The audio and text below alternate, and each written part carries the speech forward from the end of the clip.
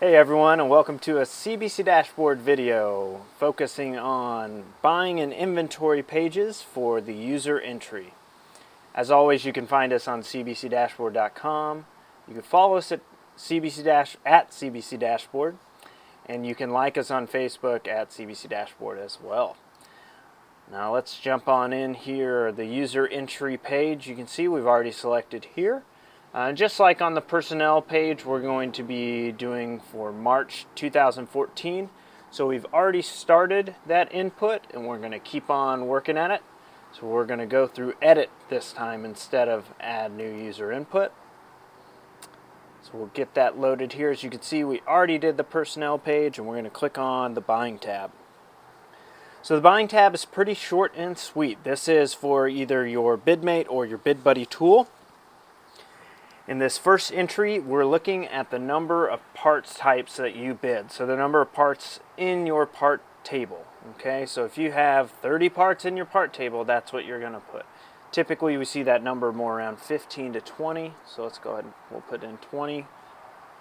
For our purposes today, the next step is a percent of sales of those bid part types. So you're going to take the parts that are on your part table, and you're going to, for Pinnacle Pro, you're going to use your B4 report to add up the percent of sales of those part types.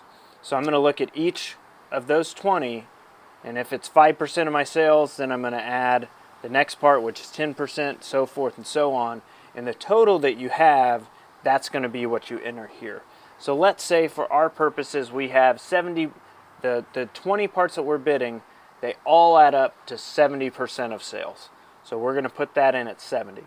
Then fluff is strictly off your BidBuddy or your BidMate, whatever you have that set on as your standard. Hopefully these two numbers line up to right around 100, so we're going to put 30 in for our percent of fluff.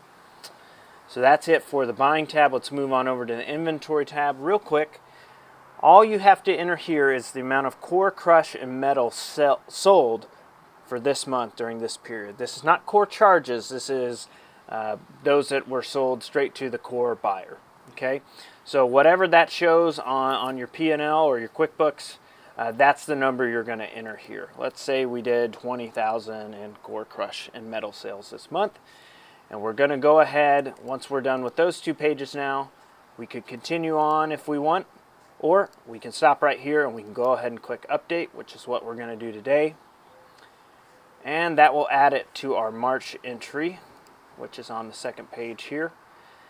So that's going to wrap up the buying and inventory video for today. As always, if you have any questions, comments, or feedbacks for us, please leave that on any one of our social media outlets, Twitter, Facebook, or our YouTube channel. Appreciate your time.